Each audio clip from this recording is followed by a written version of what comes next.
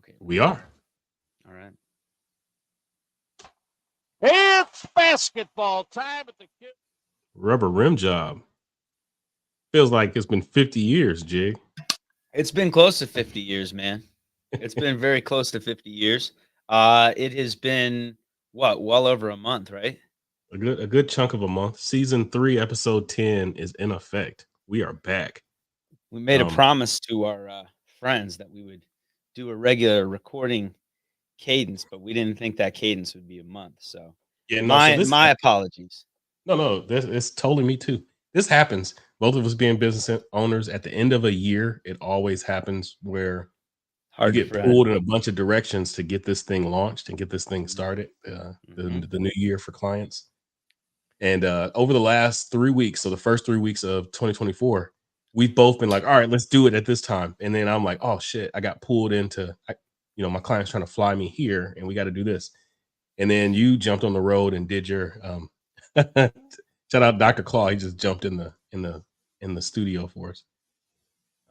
That's pretty cool because Twitter's giving these live feeds saying, hey, these guys just jumped on and YouTube is doing it. So I love it. It's doing the work for us. Yeah.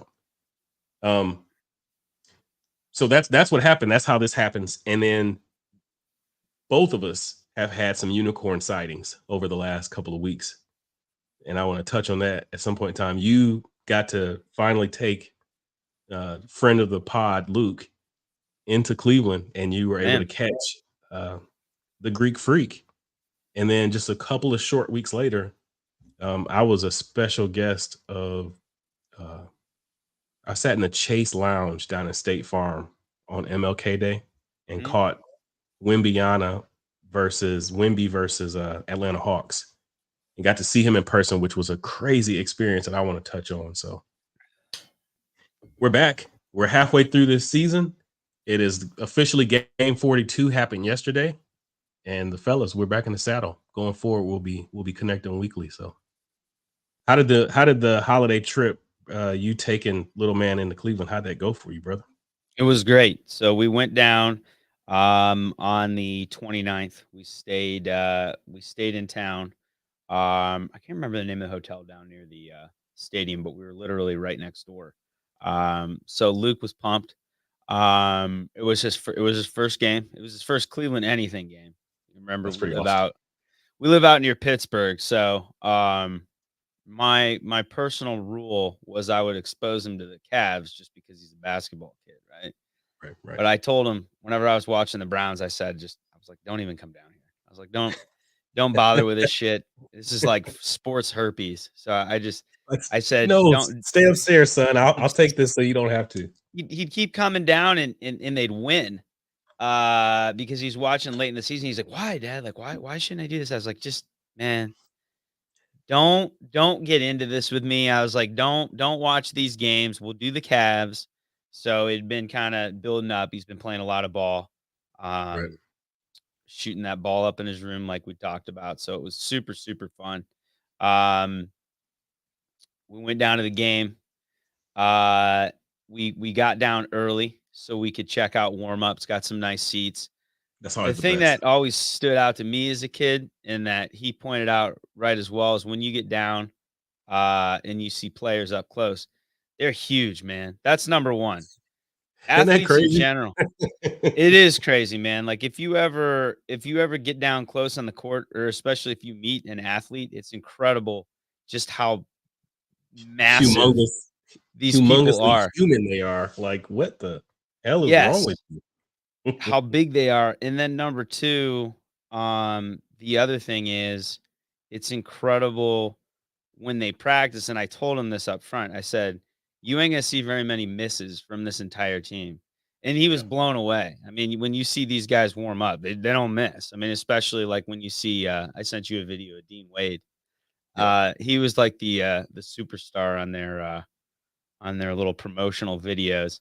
And to be honest with you, I couldn't even hear what the hell he was saying. But was he whispering? Was drip? He whispered something, and it was funny, but I can't even remember what the hell it was in retrospect. Everybody was laughing just because he's such a goober. But it's cool, man. It's cool just to see that they're humans, but they're just different. They're built different.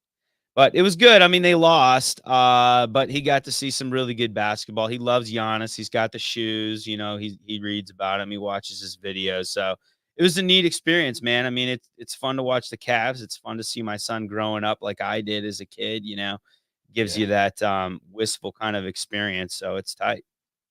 I love that. Yeah, it's cool. Tell me about your thing with the it was the Hawks, right? Yeah, well, I'm gonna get to those in just a second. I want to touch on this Cleveland thing just Mm, for mhm. you're not slick. Like we I put Can't a sneak lot out of of it. pressure on you with like some of the things you ate, some of the things you saw. Like Oh I know yeah. those All right. at one point in time, those were their Happy. stumping grounds. So I imagine as you go there with your son, you're like, oh, I Okay. want to drive him by this and point out that or point out this. What were the couple of spots that you were like, I got to take my boy here? Well, And so all my family lives out in Solon and Beechwood. okay, So you guys can probably tell I'm Catholic. Just kidding. So all my family is Jewish out there. We almost went to Slyman's per your recommendation. But it didn't work out. We ended up okay. going out to lunch with my boy Damage actually at the oh my god, I can't remember the name of the place downtown, but we went to the West End. You can't whoa. You can't do that to the faithful, the rubber rim job faithful. You don't Because I didn't want to sit here and think about it for 2 hours oh and waste yeah, no, everybody's I hear you. time. You know what I mean? But what Yeah, damn it. It's on West 25th. Hang on. West 25th, Cleveland, Ohio, restaurants. He'll listen and he'll remember what it was. yeah, Um, you put it in the comments. Best restaurants. Yeah, somebody could figure it out for me, but it was Town Hall and it was delicious.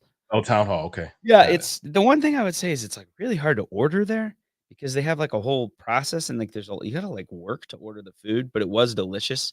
Had huge crepes, like really big breakfast menu, but really good Tremont Do area. we so Um, is it crepes or crepes? What do we help us? that's a fair question. So I speak French, as you may or may not know.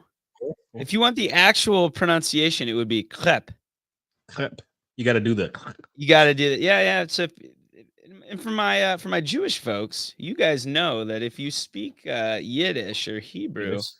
there's a nice crossover with French because you can do the guttural sound. Right. So I've heard people say crepe, uh, which works. I don't know. I would never question anybody saying either one. I say crepe because it sounds like crepe. But Crepe. I don't know. I ain't judging anybody. Let me put it to you that way. What is it about this culture, this Western culture? We gotta bastardize things in order like we I just don't know. like we're gonna do it the way we want to do it, and you're just gonna have to deal with that. Is that Can what I that is? can I tell you something? And I know that this would take us like way off. I was having a similar conversation with my Okay. wife this morning. She's watching The Crown right now. Okay. That's pretty Which is awesome of all her. she loves it. So she's watch so she is interested in world stuff in general, but she's watching The Crown, Right. and I told her that I find the British royal family to be particularly boring. Okay. And she keeps telling me, well, you know, it's world history and all these events are really fascinating. And I kind of started like talking out loud.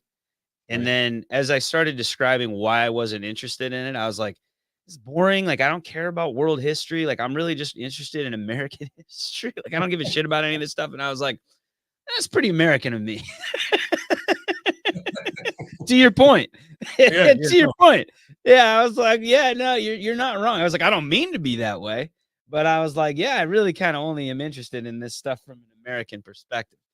And, Something about you how know, we are. It's just part of who we are. it is. It's kinda how I was taught. It's how I grew up, but That's it funny. is good to get that outside perspective. You need it. You need it. This show isn't about this, but I gotta shout out Miss Lauren and give her props. I love The Crown. Absolutely. I've watched it from the very beginning. Like we I believe could it. do we her and I can do a book club about it. You should. Is she watching the last season right now, or where's She is she at? watching the last season right now. She loves it. Okay. Yeah, no, I mean, because there's so many historical references they bring in. Right. They did a really good job with casting. So, like, That's what I she think the said. 3rd or 4th season, there was, like, JFK and Jackie O. They were, like, perfectly casted. For that. Uh, and then every president, because they did Franklin. I mean, not Franklin. What's his name from Texas? Followed JFK. Yeah. F- Well, it would have what's his been name? hang on. I can see him. Big Texas. Lyndon B. Johnson. Well, yeah, They did Lyndon, LBJ.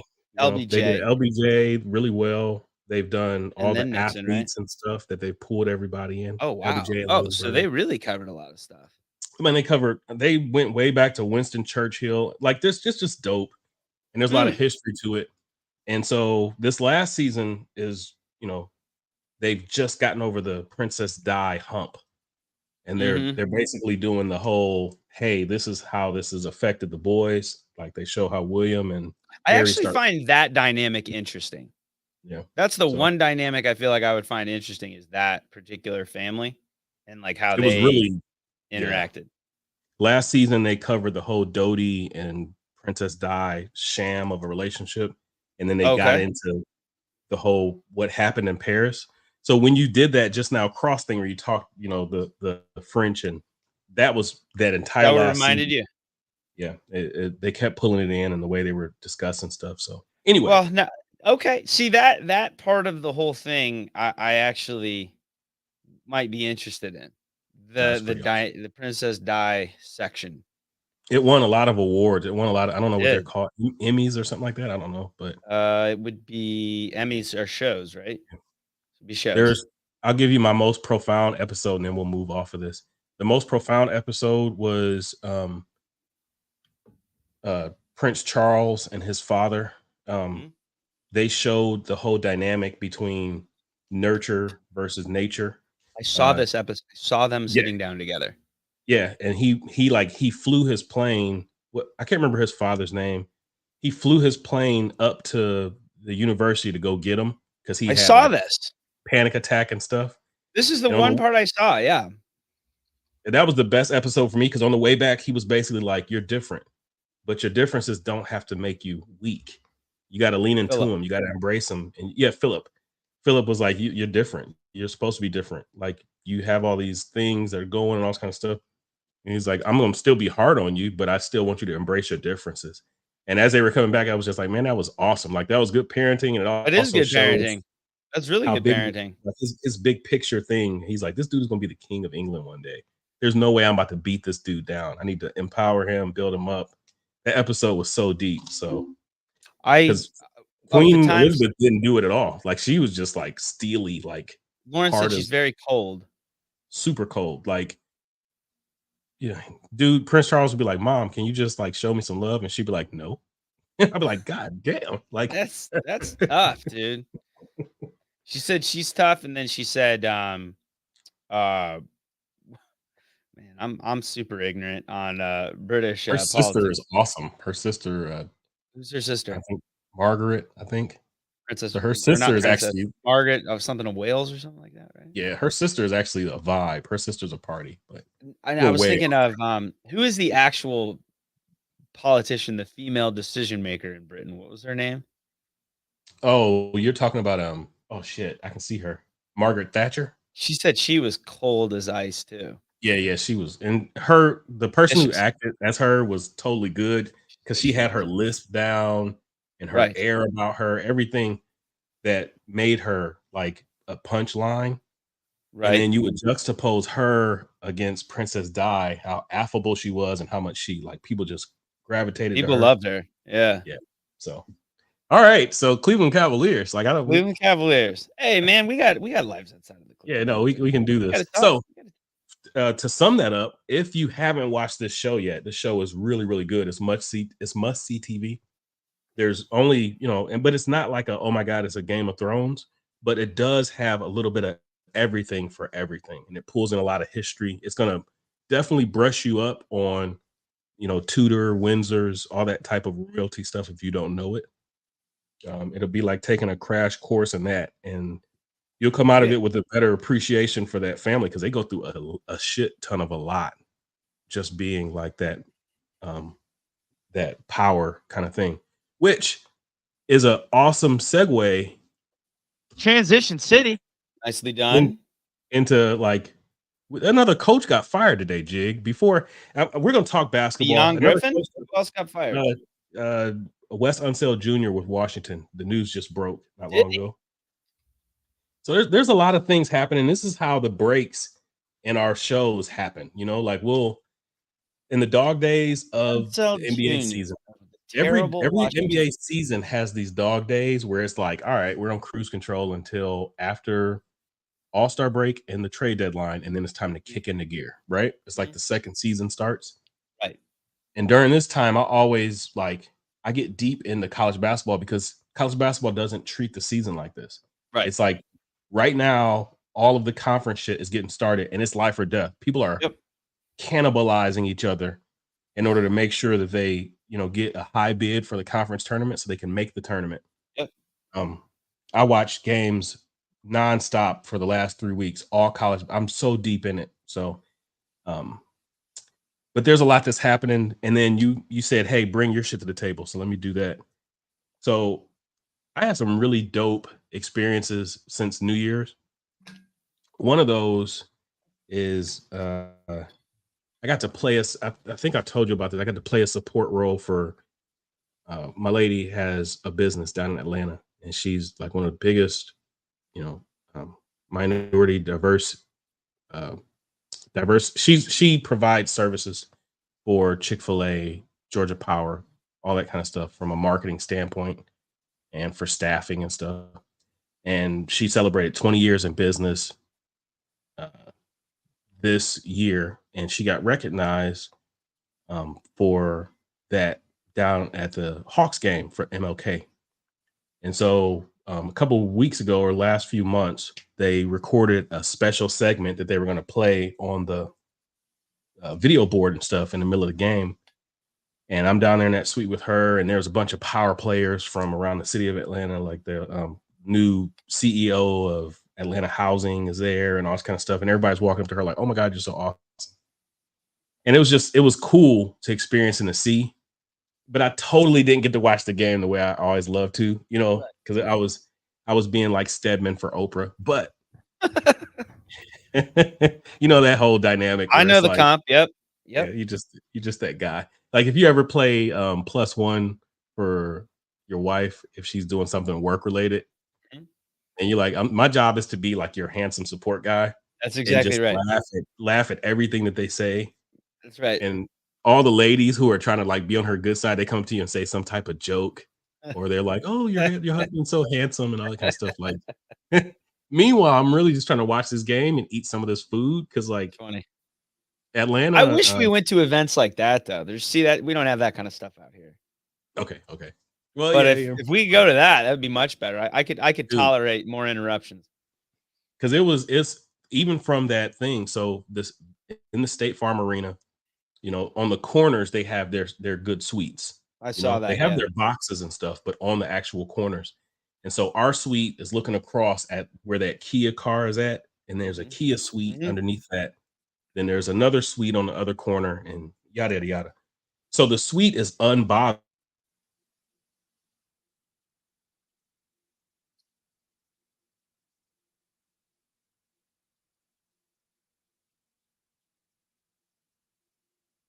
Other people, like they can't even like. You there? I'm here. What would be a Rubber Rim Job episode if we didn't have some technical difficulties, right? Minor. Yeah, and I think it's raining too, so that probably is contributing to it. But it was pretty cool. It's kind of protruding out over the crowd, so you feel like you're closer than you really are, and you can really get a good perspective of the player size and stuff from that box. So even though I wasn't down on the floor, Wemby is unreal, like how his size and everything like that. But then also the way this dude just kind of glides. It almost looks like his feet don't even touch. You got to see it in person. So the size of them and the speed in person, TV doesn't do it justice, right? Like you would agree after just not seeing Giannis. It's bizarre. So all of the players, like you were talking about Dean Wade and seeing some pre-shooting stuff and all that. All of the players are like exceptionally large, but also exceptionally fast. But then if you see this guy and he dwarfs everybody and he has the capability of moving he looks like a giraffe the way he moves at a different speed. Yep. He does not have any of the awkward stuff that we're hoping Mobley grows out of when it comes to like coordination and deer in headlights. He doesn't have any of that shit. Mm-hmm. And I was just sitting there watching him like, this is different. You know what I'm saying? Like we've read everything that everybody said where they're like, oh, it's gonna be different. It's like once he gets there. And so on one of my screens, I was watching Chet versus Wemby part, whatever it was that happened just yesterday. Yeah, that's gonna be incredible. Dude, they had stretches where they was going at each other, and I was like, we gotta abort this whole what we're doing, and we've got to commit all resources to getting Mobley up to speed because this looks ridiculous. You know what I'm saying? Like there's no way that these dudes are not going to own this league in the next 4 or 5 years with their skill sets and size and stuff. I just thought about something like what our dads would have been doing back in. Let's like rewind this a second to night. Let's go back to say 19. I was going to say keep it even and go back to 1984. All right. That year might be a little bit off. Think about when it was Magic versus Bird. How exciting that would have been for our dads, right? Like when those two came out at the same time, how differently they played, but like how freakishly amazing those two were at what they did. And the fact that they had like that direct, like lock on rivalry, like built in. Yes. And how these two dudes have that too. But like how different the league is now that they play so differently and they're built so differently than those two are. Isn't it wild like what the league is now compared to what it was when our dads were around our age when those two came up? I agree 100%. There was like it was like you were watching an entirely different. Sorry. I could see you. All right, what are you doing? Are you lagging? No, there was a you didn't hear that at all. So I had a stream that just now. Okay. I had a thing that was on my screen. It was waiting for this college basketball game to start, and it just kicked in. I was like, oh shit, let me mute it. Oh no, you're good on my end. Okay. It was an entirely different sport. You know what I'm saying? Yeah. Like we're talking about 77, 78, 79. They had just had their national championship, Indiana State and Michigan State. Yes. And back-to-back years, they were the number one picks. And everybody was like, these guys are going to be the face of the league. Exactly. And they get perfectly positioned in Boston and LA. And if you aren't one of them teams and you aren't one of them cities and you know, here comes this monsoon, that's what it feels like. That's what it looks like for us right now. And so there were guys around the league who had some type of you could lay claim to, wait a minute, these guys ain't here yet. So like Philadelphia had Dr. J. Right. Or, George Gervin. Certain players that were in the league at the time that were like, wait a minute. Nick. I ain't giving this shit up that easily. Wait 1 second. I'm still here kind of thing. Right.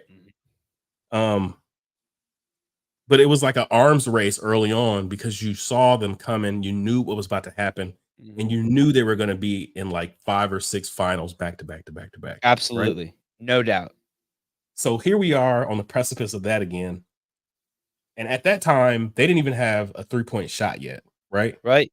So the game was different back then because they had different things, but there was a level of physicality that you were like, oh, it's going to take these dudes, it's going to take them a minute before they get strong enough. There's all kinds of stuff. This is captured so well on that Winning Time series for HBO. Right. Got canceled. We mentioned it in another season. If you guys haven't watched, go back and watch Winning Time. The modern day version of that is definitely Wemby and people who are capable of staying with him or being able to counteract him. And so, yes, you got Chet. You got very experienced and very strong, like Giannis. You got, Porzingis. You got those kind of guys. There are guys around the league. At the end of the game yesterday, they brought out Pocheski for OKC. And I was like, he's not a lost cause. Like he's a 7'2" 3-point shooting. He's got a talent thing. He's just not on that level. So Chet has entirely made him expendable. But there's guys, and then for the year 2021, we drafted Evan Mobley. We hit the lottery. I still contend that we hit the lottery. This guy still to me looks like one of the best players from that draft. The top 3, if you Oh ask yeah. anybody today, you'd have to say are still Mobley, Şengün, and Scotty Barnes. Yeah. And so 100%. we got one of those guys. Mhm. Very unique skill set, very unique build, has the potential physically and defensively right now to counteract Wemby potentially. Like right now, Mobley's defense, if he was on him, I agree with that. I agree with he that. has the He's one of the potential to few counteract people who has the body, the quickness, and the intelligence to defensively compete Yeah. with Wemby. So One of the few, one of the only. there's a revolution that's here. It's like we're talking Hunger Games or Matrix or Star Wars. There's a revolution that's here, and we are armed with a potential tool for that revolution. It's just a matter of what are we doing around it and how are we building a team to counteract, kind of Say thing. something else about the league now too that's different than when like when than our dad's league. And then we got to talk some Cavs too, but I will say the league is so deep now, and this is a big value, a result, I'm sure, of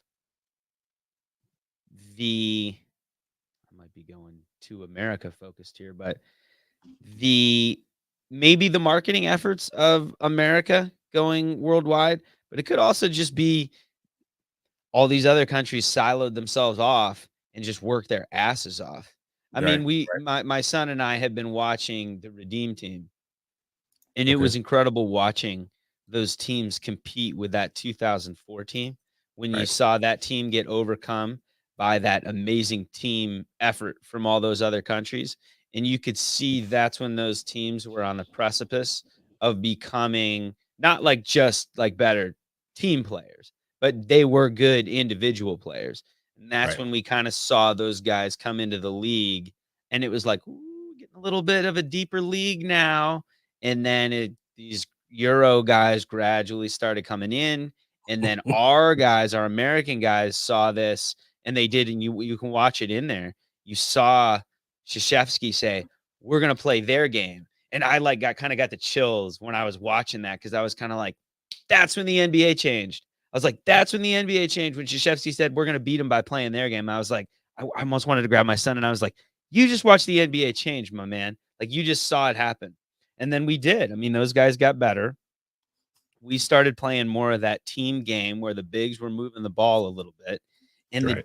the NBA now is just it's so different than it was then, but it's just so deep. So whenever people come to me and they're like, "Oh, the NBA sucks, like it's this terrible league." I'm like, "Dude, like you don't know how amazing some of these players are. Like you know, if you know why it I happened agree. and what these guys look like, you gotta get past the whole everybody's cranking threes all the time thing.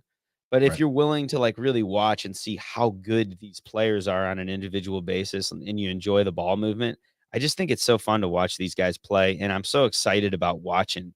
I love Wemby, man. I love him so Yeah. much.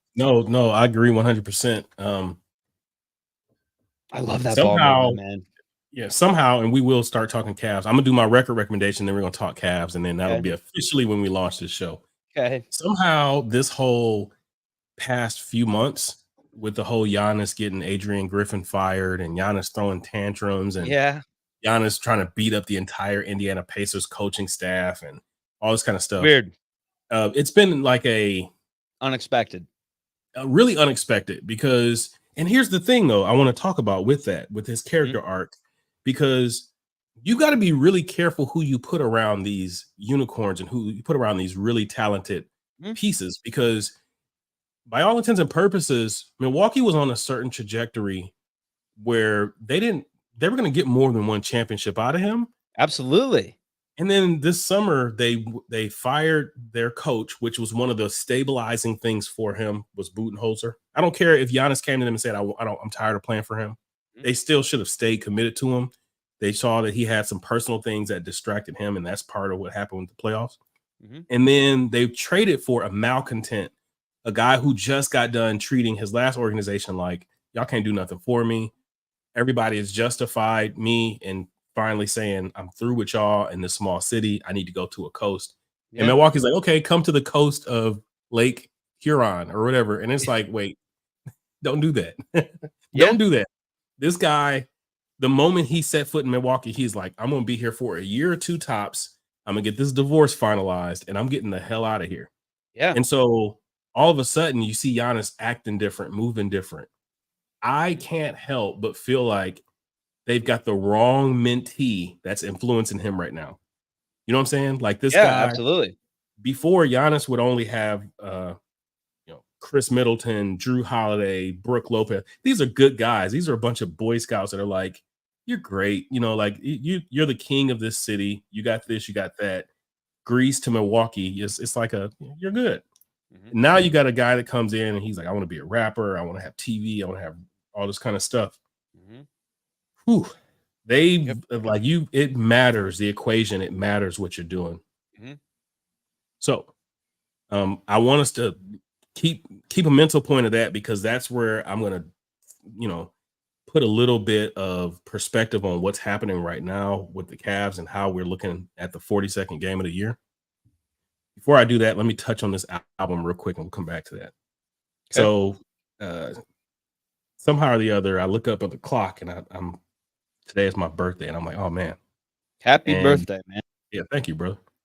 And one of the biggest things I've always, for my birthdays, I've always taken the time to be introspective, just kind of lock it in. Even if I travel, like for one of my birthdays, I was in St. Thomas and I'm like, on the actual day of my birthday, I'm just locked in, just like, laying out my plans for what I'm going to do for the next year that I'm gifted with and stuff. Okay. This album always gets played on my birthday. How do you feel about the Roots, Jig? I like the Roots. I didn't listen to the Roots a lot. Okay. But I like the Roots. All right.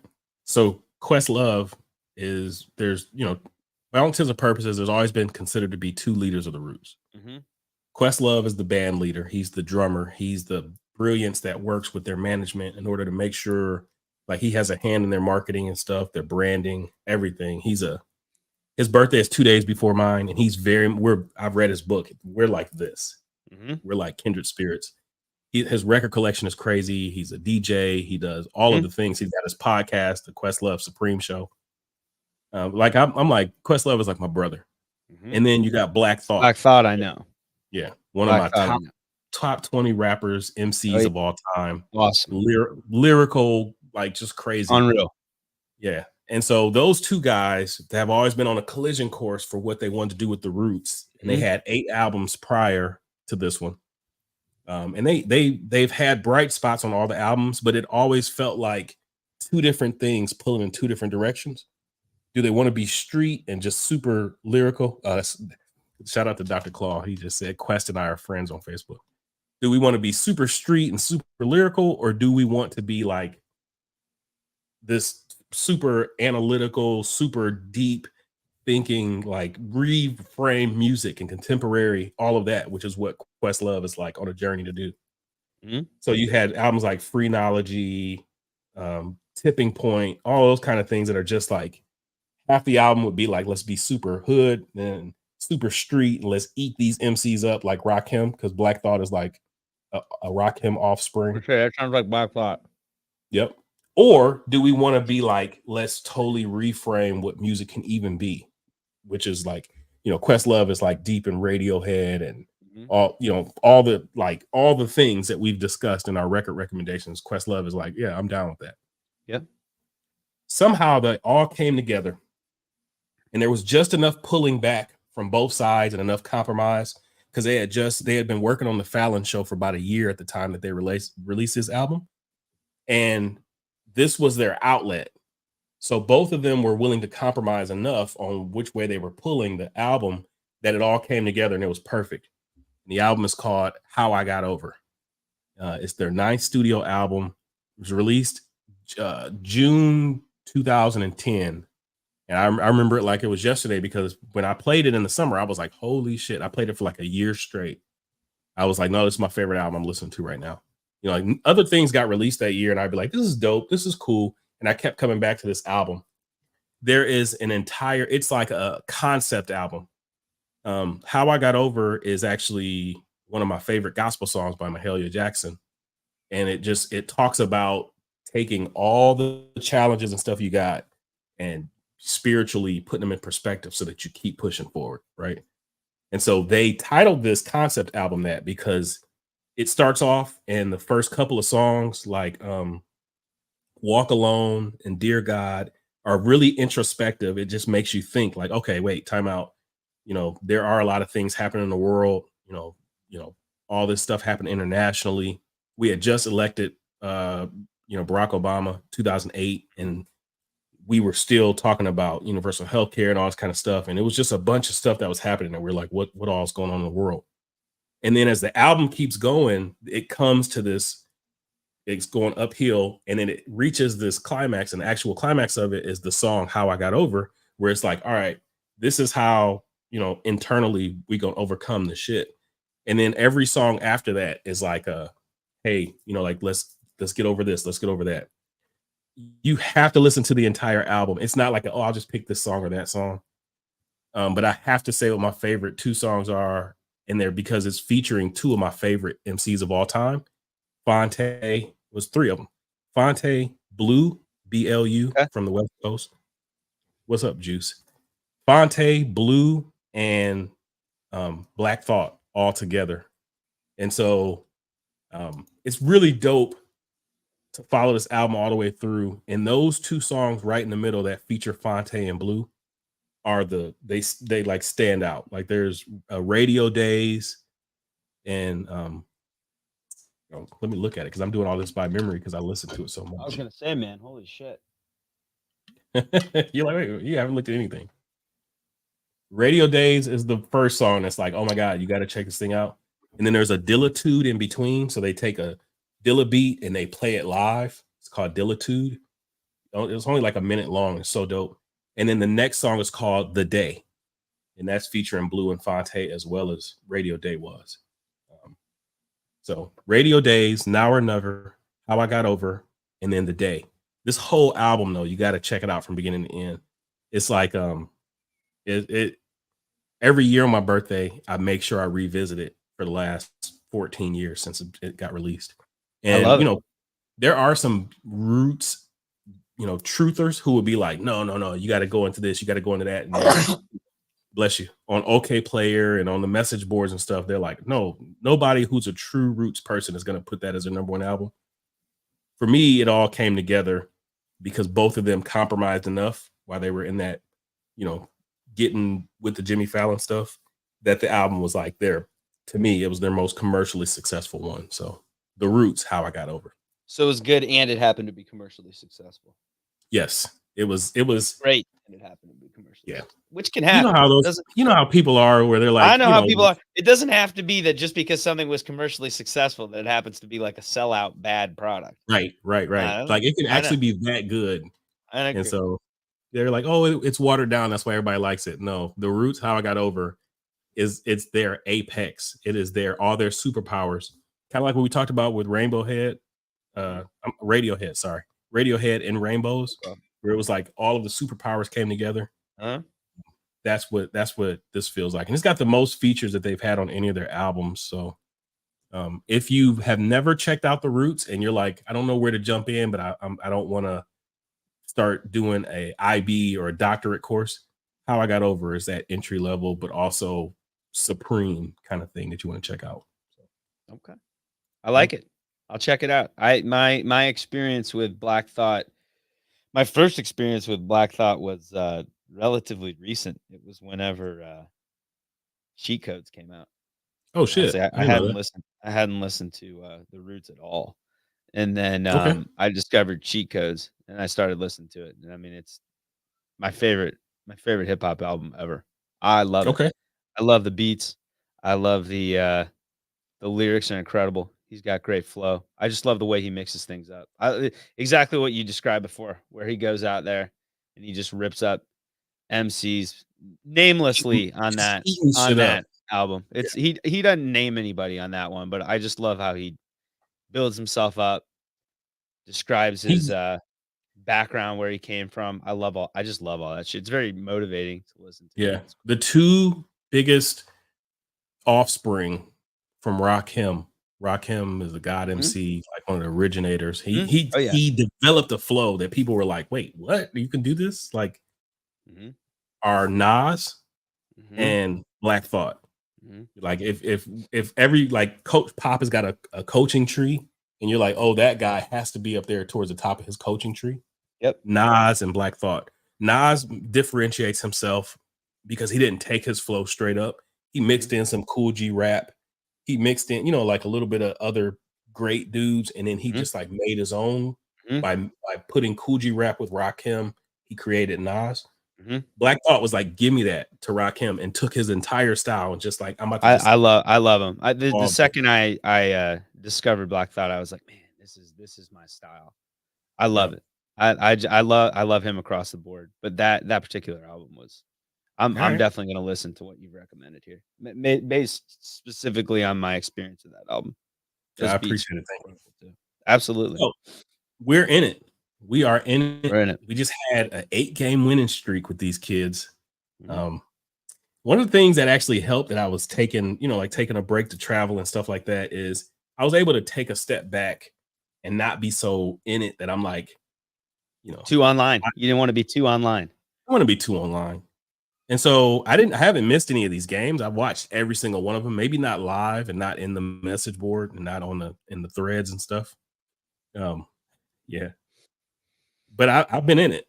And so we talked, we pregame for these shows and we had a discussion and we were like, well, like, let's take this into the board because we might have a little Skip and Shannon kind of thing, undisputed kind of debate thing going on here. I'm ready. I- I'm excited from the standpoint of it's fun if you step outside of it and you just like, I'm just going to be a fan. I just want to take my son to the game. I just want to watch. I just want to see this and everything. It's fun to see them blow the drawers off some people and It is. recapture a little bit of that Cavalanche spirit that we were like, I can fall in love with this and I can watch this back in 2021, right? You Mhm. remember that? I do. I can't help even if I step back, and this doesn't happen because just yesterday's game, because we were bound to run into a contender that was focused for a night. But the truth of the matter is I can't help feeling that this is fool's gold watching how some of this is playing out because it's not sustainable and it's also not contending building, if you catch my drift. I catch Like, your drift. okay, there's if all we wanted to do when we first started this rebuild was make Utah Jazz East, and say, hey, let's just put Donovan in the same position he was in with a little less dominant defensively Rudy Gobert and a little better offensively skilled version of Rudy Gobert and a bunch of shooters around him. And let's just blow people's drawers off to get 60 games. And then let's get to the playoffs and let's see what happens. That's what it looks like right now. And I have such a big, even when I'm trying to like, let me step back and look at the micro of every game that these guys put on a show for Jig and Luke, which they did. Like that Milwaukee game you went to, there was some terrible refereeing stuff. And then, And the worst 3-point shooting I've ever seen in the oh my history of God, the NBA. but they Literally. stayed in it, right? Like they were Literally. They still did stay in it. competitive. Somehow. That happened just yesterday. Last night, they were in a malaise and Yeah, they struggle with the Bucks. we saw a bad Donovan to start. We saw bad Jared Allen, but somehow they still got it clicking Tough. and they still had enough to like make it competitive, right? At the end. Mhm. We saw this last year with less shooting, but better synergy between the top 4 talent before the top, Darius and Donovan, Jarrett and Evan, but less shooting around them. Mhm. And we said during the season, because there was games like Sacramento, like whenever we came up against a team that was equally talented, we got out coached and we got out synergied You know what I'm saying? Like there was, brand new teams too, like Sacramento, New York. We had losing records against that were not top, but they were just kind of like, and we're like, there's something here where it's just lack of shooting or bad fit. But if we get to the playoffs, that defense should be able to carry us and it'll do these things. What I see from this past 8 games was fun if we were like, let's just showcase Karis LeVert, or let's, like optimally get Donovan clicking again and bought in and playing the way we need him to. Let's get Allen clicked in and playing the way we need him to and stuff. But to me, it feels like fool's gold, because I think out of those 8 games that we just now won, only one of them was against a contender, which is Milwaukee, and that one didn't have Giannis. And our record still, like against the really top contending teams, still looks like it did last year leading into the playoffs. Yesterday's game, I saw some things that Milwaukee was doing to intentionally take away our 3-point shooting, and not let us just be tossing it up at a crazy rate and just depending on the 3-point shooting. And then they baited us too. In the second quarter, they did it. They shot like 10 for 15 or something from 3. And in the third quarter, they didn't even attempt a 3-point shot. So it was like, wait. Once again, I feel like I'm watching where when we go up against a contender, the other team is dictating to us the way that we play. And to sum it all up, I'm as excited as I am to watch good basketball on a nightly basis. I'm just still not that excited watching the way this is playing out. It looks like more of the same, just with a different cast and a different set of issues. Last year, we're like, no shooting. We don't have any shooting. This year, it's like it is fully cemented for me that these 4 don't fit the way that they should, and they don't complement each other. And when push comes to shove, we're going to be outcoached. Like the game's going to be dictated to us. And the fact that those 4 don't play complementary ball naturally, it's a collision course that needs to be corrected. So that is where I am in a mouthful. And, through our text exchange, you were like, oh, let's go at it because you're happy and you want to give a lot of credit to JVB. I'll let you drive that part. And then we'll put this out there for the masses. And then we'll talk about, because I'm excited. Just only game 42. And it does not look doom and gloom from a standpoint of this could be some good ball through the end of this season. I just feel like we're going to get more of the same as soon as the postseason starts. What you got? Here's what I just heard. Skip. Skip. No, you're funny. I missed them too going at it the way they did. I tried to watch it this morning with Stephen A. and Dan Orlovsky and then Shannon. It don't have the same vibe. And no, they're the best. Everybody, whenever people are like, "Oh, they're so dishonest," and like it's so intellectually dishonest, I'm like, "Are you for real?" I'm like, "Yeah, no shit." Like they used to go at it. Go ahead, though. Like, like they're not expressing like real opinions here. Like we're not skilled. Yeah, we're not like expressing real opinions here. This is the WWF of commentary. Right. All right, here's what I got. First of all, you've led off a debate quite well. This is going to be very difficult for me to respond to because you've covered all of the bases.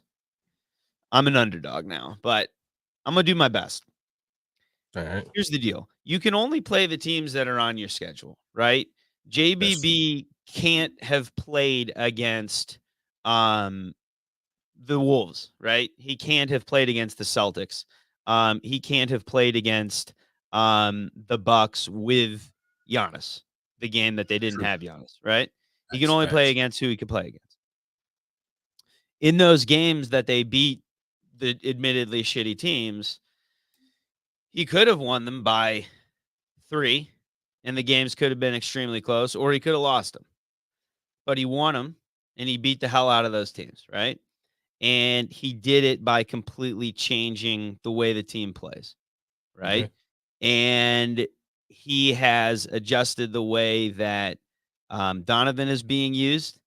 and he's actually using the shooters, right? So they are playing a different style of basketball, and they are maximizing the way players are being used that were acquired for the purposes of being used, the way that they're actually being used now, which is something we've all been bitching about for Absolutely. the whole year, right? Absolutely. One of the biggest problems I and many other fans have with coaches is a lack of flexibility, right? That they pick a way to play and a way to operate, and they just flat out don't change, right? They try to force a style around their talent. Okay. At the beginning of this season, we had some of the most talented top 4 in the league, right? Just pure talent wise. Individually. Mobley, Mitchell, Garland, and Allen are 4 of the most talented guys. If you're going to do the video game 1 through 99, add them all up. They're some of the most talented guys in the league. If you were to just look at JBB and his ability to manage those guys together, he's one of the least capable coaches, appeared to be one of the least capable coaches of getting those guys to play together. So if we look at a pure narrative of the way this season has played out, it has paid off for him, for his top 2 guys to go down, and for Donovan. There was a couple stretches where he went out and he was able to incorporate a couple of these guys in. So if you look at it from a pure narrative standpoint, it's looked like JBB just does better when he's got a main guy like Donovan, right, to work role players around, and that's it. But he also hasn't had anything else to do since the guys that we already knew he couldn't do well with dropped out. So here's my proposal. We now know that he is able to adjust and do something that we've never seen him do before. We can agree on that, right? We've never seen him do what he's doing now. Can I ask of you to agree with me on that? Yeah. Completely changed the way mid-season that he has a team play. I agree with that. That's it. That's all I'm asking you for first. I'm only asking for that. He's totally adjusted midstream the way that the Cavs play basketball. They're cavalanching teams. They hadn't been doing that before. This team could have completely fallen apart, and most teams usually do in circumstances like this, right? And could have gotten himself fired, to be honest with you. He didn't. He adjusted the way they're playing, and we're there, right? Okay. Best we could have asked for. Ideal scenario given the circumstances. Now, with all that said, is it possible everything's going to fall back apart whenever these 2 guys come back? Yeah, I definitely think so. I think it's the most likely scenario, actually. Yeah. Because he's made this change, and I would say it's a mental change in him. And I think it's evidence of him doing something internally where he said, fuck it, I'm just going to go ahead and do this. I don't know why he did it. I don't know if it's because Dan Gilbert was literally sitting behind his shoulder and said, you have to do this or I'm going to fire you. Or if it's because he went to church one day and God appeared to him and said, this is how basketball needs to be played. Or if Headband Luka came down on him in that one game and he said, screw this guy, we're beating him, and this is how we play basketball. I don't know why, but he's doing it. Right. So now I have your agreement on one thing. Here's the next thing I'm going to say. I think if the dude can incorporate whomever comes back first, that being Garland into the lineup or that being Mobley, and things start to look good. Okay. Continuing to look like they do now, I'm going to be very encouraged. And then if he can get the next guy in and things continue to look along those lines, I will be a believer that this guy can succeed in the playoffs. Okay. That's it. That's all I have to say. That's it. I'm not going any further than that because the guy has done nothing but fail in the playoffs. And I had completely acknowledged that. So here's, and I'll have a counter for that. I agree with the potential for what could happen, and that's not being a Debbie Downer. Well, no, or I mean, a- I'm not asking you for too much more than that. So here's part of what happened. So there were 2 games, right? We played against the Toronto Raptors right when we got the news about Mobley. Yes. The knee and clicking. yeah, the knee clicking and stuff. That like right before that game happened, it was like, wait a minute, there's something wrong here. Something ain't right. We had just lost Garland. He broke his face like a game or 2 before that. And so that Toronto game was already like, the, hey, here's our come to Jesus game. Like, are we gonna go this way or are we gonna go that way? We lost that game. 124, 121. We shot 12 for 36 from 3, only 33%. They only shot 11 for 30. So it was a usual. This is the trajectory the season had been on. Why did we just lose to that team that's obviously going nowhere and fully crappy, but they still found a way to beat us, kind of thing. The very next game is this 140 to 100 game against the Wizards, where we shot 20 for 42 from 3. Jared Allen had 19 rebounds, 7 assists. Like, he was the hub that game. Like, it was like he has been in these games. 17 points, 19 rebounds, 7 assists. Donovan shot 4 for 9 for 3. Struce shot 6 for 8 for 3. Minivan shot 3 for 7. Merrill played 30 minutes in that game and shot 3 for 9. It looked like a Utah Jazz Donovan Mitchell game. Yes, it did. And it was like, okay, wait, this guy can be a great value version of Rudy Gobert. And this guy over here is still himself. He's still that guy. That seems to be where it was. And then from there, we went on, we tore off 7 games. The only game that was close in there was that game where we had the Spurs buried, and then they came back at the very end and almost stole the game from us. It might have been like a Sunday game or something like that. I'm doing this all without being able to. No, I remember. We beat them by like only 2. And at the very end of that game, Pop was like, let's go get this game, kind of thing. And we almost lost it. Up until the game last night. And there's just, for me, what makes it feels like fool's gold is what you just now mentioned.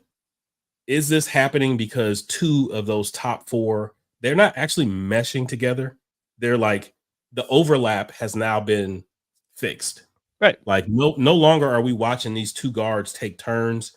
There's been a couple teams throughout the history of the NBA where that the top players don't mesh, and they're just, kind of, and it always the Heat. Well, eventually LeBron and Wade were the ultimate. They ultimately changed their games entirely. Figured it out. Yeah. But there were different things at play. But like, if you think back and you're looking at like when they threw that Lakers team together, the 06, I think it was Steve Nash, Kobe, Dwight Howard, and who was the 4th guy? There was like Karl Malone was on that team, I think. But yeah, he wasn't one of the top guys. What the hell is this? This doesn't even look right. Yeah. Kind of thing. And the players just obviously didn't complement each other. And then there's been guys since then where you've seen collections of players that are like, these dudes are really, really good individually. Allen Iverson and Carmelo Anthony in Denver, where they had like this. It was, both of them were like at the Clippers have done this. Yeah. Clippers have done it a couple times. Yeah. Yep. And with those teams, what you can always find if you go through their schedule for the season is when that overlap fixes itself, the team looks like, we're taking off. This is dynamic. Like, you'll lose like that team I just referenced with Steve Nash, Kobe. Steve Nash went down with some kind of freak injury where he didn't even play like a big chunk. And they looked all looked right with the world because it was like Kobe and like Derek Fisher again, or whoever complemented better so that they weren't trying to play off of each other. Look at those Phoenix teams when they had that synergy and stuff, the 7 seconds or less D'Antoni teams. And it was like Steve Nash, but then Joe Johnson played off of him well, and Marion, like all that kind of stuff. And then as soon as they started making moves and deals to like be cheap, and they dealt out Joe Johnson, they dealt out Quentin Richardson, they went and acquired this guy instead, and they did this, and it was like some of these things just overlap and they don't look right. Like bringing Shaq into that mix was like that was weird. Slowed everything down. Shaq always dropped a bomb on everybody. So what I see right now with this is, I think the problem kind of fixed itself. It wasn't like this is a coaching change. And you can find that because in games like last night where it was obvious, Donovan didn't have it going as that lead guard, point guard thing. And it was like, change it up. Like, let's see a little CPJ, like, because that actually would help, give, Dame a different look because he wasn't cooking at the time and all kinds of stuff. Is the coaching always seems a step behind. So when these players get brought back and that overlap comes back, I don't want to project that it's going to do that again, but it's like that's hard not to. You're going to go right back to the players saying, "Is it my turn or is it your turn?" Smooth made a mention of something. I got tagged in on the board while I was in and out and traveling and stuff, and he said, before the season started, Richfield was saying, if these players have clearly defined roles, the one fix and the one thing that will, I will help build a JBB statue after these two kids come back is if he determines here's the role for Donovan, here's the role for Darius, here's the role for Evan, here's the role for Jarrett. That I don't care what it looks like rotationally, Jig. I promise you, I don't care if Darius starts, Donovan comes out. I don't care. I don't care as long as it fits. And if they have to be staggered in a certain place, but have the balls to do it, like, yeah, he has to have the balls to do it, no matter what. And that's one of the biggest problems in the history of the NBA is everybody needing their minutes. They got to have those 30 to 33. And the problem that I see, the balls to do it is what, like last night, it was very obvious both Donovan and Karis didn't have the approach to the game they should have. Karis LeVert stood out like a sore thumb last night in the game because it was like every time he was on the floor, the ball started trying to move, and then he came out there and it stopped. He wanted to cook. He had to cook. The balls to do it would be like, I don't care what you or what your agent are talking about. Sit over here and watch these guys for this night. But you'd have to be able to do that to a superstar too. And there's really been how many coaches in the history of the league that would have the balls to do that to a superstar? Yeah, because I mean, look what we just saw where they executed Adrian Griffin. He was handpicked by Giannis, and then Giannis is like off of his head. What happened there, by the way? I didn't follow that. What happened? What happened with Griffin? Why did he get knocked off? So he was always a very abrasive and I'm gonna get it out the mud. I'm this type of tough kind of guy. Like all throughout his career as a player, he was like a Ruben Patterson. Oh, okay, he was that guy. He was like a Ime Udoka. He was like they're gonna make me be a Raja Bell. They're gonna make me be the Kobe stopper, and I don't care if everybody else came to watch him. I'm willing to put my nose in there, and I'll get myself kicked out, but I'm taking his ass with me. You know what I'm saying? Okay. Kind of thing. So he approached the guy. Yeah, I got it. Yeah. So he approached coaching the same way, and he's like, "This is how we're gonna get it out the mud." At the very beginning of the year, totally alienated his number 2 coach, Terry Stotts. So before the season even started, Terry Stotts was like, "I'm fucking out of here. This dude is tripping." And not good. Bad sign. Yeah, absolutely not. Put some respect on the only Kobe stopper in history. Was he the only Kobe stopper, or did we just miss somebody? Well, there were some people say there were 2, Raja Bell and Ruben Patterson. I believe Patterson was supposed to be the LeBron stopper, wasn't he? No, Ruben Patterson was supposed to be the Kobe stopper, and Kobe cooked his ass. Well, Kobe cooked everybody's ass. But yeah, who was supposed to be the LeBron? I thought Ruben was the LeBron stopper. Who was supposed to be the LeBron stopper? I think Raja Bell did the best job, honestly. Raja Bell when he played for Phoenix. Indiana. So Raja, okay. Yeah. So Ruben Patterson out of Cleveland, Ohio, actually. Cleveland, Ohio, Cincinnati. Yeah, for Bob Huggins. And then on to Seattle, and he played for the Portland Trailblazers. So and on those Portland teams that talked way more than they could play, Ruben Patterson as Jeff Teague. I think was it Jeff Teague or was it Arenas that had that story? One of the two of them were telling a story on their podcast about Ruben Patterson getting into a fist fight in the locker room. Yeah. I've heard that story a couple times. I heard it from Brian Grant because this happened in Portland. I heard it from Brian Grant. Then I also heard it from Damon Stoudemire on an interview. It might have been on All the Smoke. It was on All the Smoke. Okay. Yep. That confirmed it for me. It was on All the Smoke. Yeah, no, Ruben Patterson was totally out there, but for just cause, kind of similar to Adrian Griffin. Got to have a role. Undrafted, unrespected. Right. You're just a trash guy.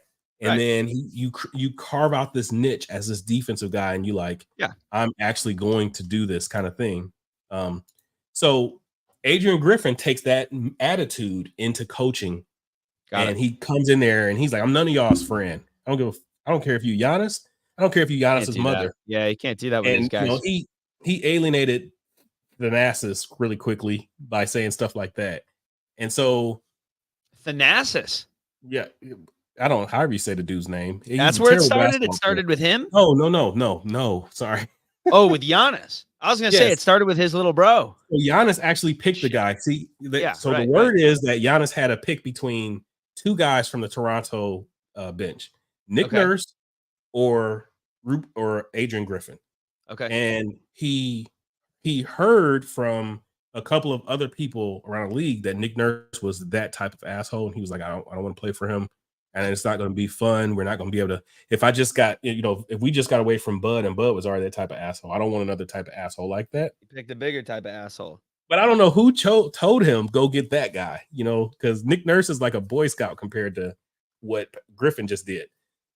So Griffin has this mindset. This is how we're going to do it. We just got to be tougher. You guys weren't tough enough. You guys weren't balls against the wall. I'm going to make y'all hate me, and y'all going to stick together. Like a Pat Riley kind of thing is what he tried to approach it like. Tibbs, he's from the Tibbs tree. Tibbs, and then he spent the last couple of years with Nurse. And so he tried to bring this whole Tibbs thing where he's like, I'm going to make you guys work hard. We're going to practice on hot coals and shit. And y'all going to be like a brotherhood, and y'all going to fight for each other. The Bulls teams that he learned and excelled for Tibbs, that's what he did. Mm-hmm. And then right before the season started, Milwaukee pulls off that trade for Damian Lillard. And they totally further undermine the leadership and structure by taking Drew Holiday out of the picture. What they didn't know was Drew Holiday was like that little birdie for Giannis that actually was like a Giannis whisperer. Like, oh, man, you got this going for you. You got that. Milwaukee's a nice city. Drew Holiday is a different guy, totally happy, totally content. He's, from LA, where his whole family is just wired differently, like a bunch of hardworking. They're like the antithesis of the balls. They're like, no, we actually can hoop. If Drew Holiday had a different mindset, he'd be the number one point guard in the league right now. That's how good he was when I saw him in high school going to UCLA. Drew, yeah. But he's like a workhorse, hard hat and lunch pail kind of guy, and that helped with Giannis. So Griffin gets this unleashed superpower of a unicorn. Who's like, wait a minute. And Dame comes in there talking like, yo, I was getting ready to go to Miami or LA or something like that. And I'm tired of wasting years. Don't get stuck wasting years. He's like, that's not his story. He just won a championship. Yep. You were in Portland and there was no way y'all were getting out the second round. Giannis was literally a contender every single year. And so here we are. And when Giannis finally got tired of hearing Adrian Griffin every day at practice, and Adrian Griffin did a good job of making everybody hate him. It was like, all right, well, you got to go. And so the one thing that we can say about JBB is he is not that. No, he's definitely not that guy. He manages to build a team while still having a tough side, which is a tough thing to do. There's not a lot of guys who can do that out there. So that's good and that's cool. But when these four ill-fitting parts are back in this rotation, I need you to flip the switch and give me a little bit of asshole. Like if you need 100%. That's what I am do it. All about Darius Garland and Evan Mobley, right? I believe those are still our two building blocks that you want to prioritize as 1 and 2. I'm all for make those two dudes come off the bench.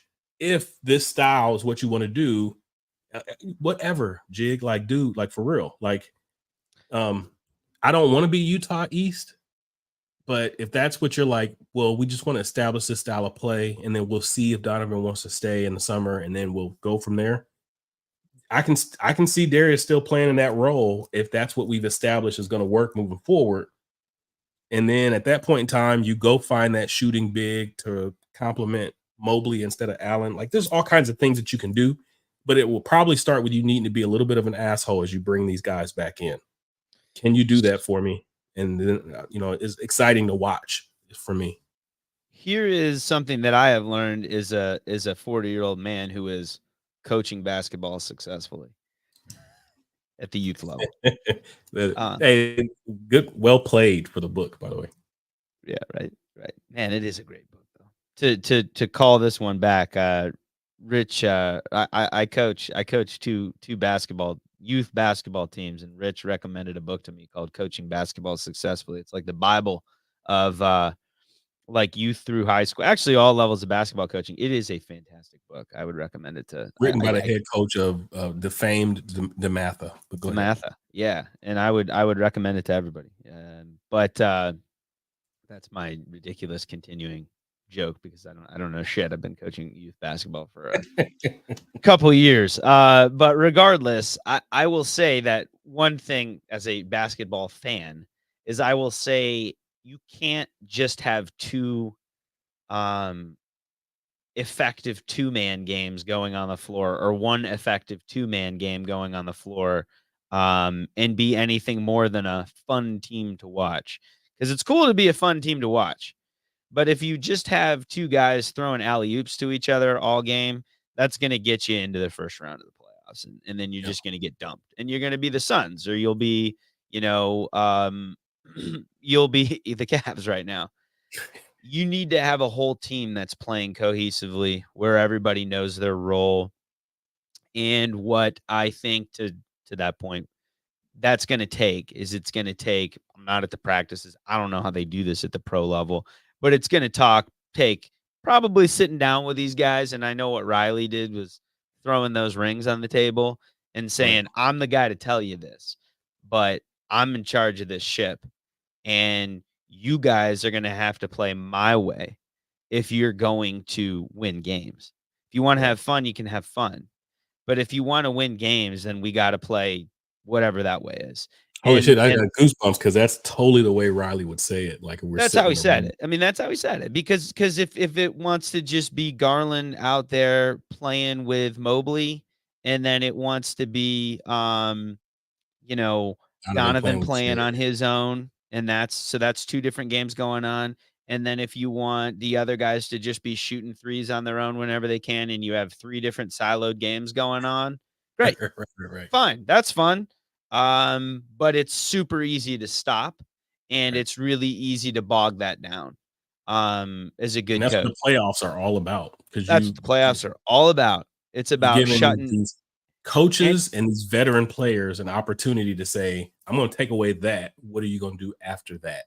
If they can take down any one of those things that I just mentioned, then the Cavs are absolutely done. And then they're just going to have to go into that whole post-game thing of, well, we got to do fill in the blank harder. And that's bullshit, right? Like we all know that's bullshit. Whenever a coach goes out there and says we have to do blank harder, it means that they don't know what the hell to do. And that they're going to have to sit down, and then they're going to have to look at the tapes, and are they smart enough to figure out what the problem really was? And then they're going to have to be reactionary. Yeah. So the reality is it's got to be the Pat Riley throw the rings on the table thing. And our question is he the guy to be able to do that? I don't know. I'm hoping so. I'm hoping this big change that he made is a sign that he had some kind of big, like, spiritual realization or whatever the hell it was that says he's confident enough to sit down with these other two guys and say, listen, look what I did. Look what I did without you guys. That means that if I can be successful for long enough without you dudes, then whenever you guys come in here, you're going to have to play this way. Play it this way. We can't do this siloed off game bullshit. You have to come in here and you have to play like this. You have to be part of this system, or we're going to go back to the first round and we're just going to keep losing. And if you're cool with that, if you guys want to do that the rest of your career, fine. But I'm not the guy for that. And that's what I'm hoping is going to happen. Yeah, same here. It has to start with Karis LeVert. I don't Interesting. care what. I don't care Go on. what. I don't care at this point in time. I don't want to advocate for addition by subtraction. About a year ago, this time we had just given up the whole. Oh, the thing that feels wrong with the starting lineup is probably this guy, taken away from everybody else's game and Sure. messing up the flow of how this game is playing. Sure. I don't care whose agent. I don't care what type of locker room influence. I don't care what. It is so obvious to me right now, and I'm talking about the players that are being affected by this. The way he not only affects it on the court, but rotationally, are CPJ and Sam Merrill, who's come out of a cannon with his shooting. Wow. And there's no way. Like, for me, it's like it's almost like a sore thumb at this point in time. And we've been talking about it for more than a year and a half. It was like, let's get whatever we can for this guy. And, like, these teams take off as a result of understanding the way things all can flow. And that's just what he is. He's always going to be a player like that. Like, if he'll tease you with this, and then the moment that you write it into stone in a rotation, he'll give you that instead. And it's always going to be at the expense of building momentum and building synergy as a unit. And so, in the words of Mike Singletary, can't win with him, can't win without you. Like, you remember that whole thing when he threw? I don't remember that, but you want to know something funny? I read Mike Singletary's book when I was a little kid. Oh, He yeah. had a biography. Yeah. You want to know what his big secret to winning was? I swear to God, this is true. Drinking lots of milk. He said that's why he was built the way he was. Fucking crazy. Mike Singletary is crazy. Mike What was that star tight end for the 49ers? Vernon Davis. Vernon Davis. He threw Vernon Davis out of the game. He made him go to the showers early. And then when they got to the locker room, he threw him out of the locker room. Did he? And so he did. Yeah. His post-game rant was, I can't have guys on a team like that. Can't do it. Won't do it. And you can't win with them. Can't win. Like, legit. Here's my deal. So that's where I'm at with Karis LeVert at this point in time. So, and this is a positive podcast and everything. Get this guy off my team, please. We don't need to be only blowing smoke, right? Here's the deal. This guy off my team. Coaching has to be a good combination of those two things, right? I mean, a guy's got to be willing to come out there and tell these dudes when they're messing up the flow, right? Because otherwise, it's just going to be when nobody knows what they're doing wrong, then all they're going to do is the wrong thing out there. I agree. Sometimes they don't know. I mean, they don't know. They don't know. I mean, like, guys can literally, like, I feel like LeVert might be getting scapegoated sometimes because that's the way that he plays. Like, that could probably fit into the game. I mean, there's always the microwave guy, but the reality is all those guys could use that lesson, our top guys, except for Jarrett, really, because Jarrett plays within the game. He just does. Jarrett is just a good soldier that's going to tell me what to do. That's what I'm going to try to do. Yeah, he just does. To his detriment. Even when it's obvious.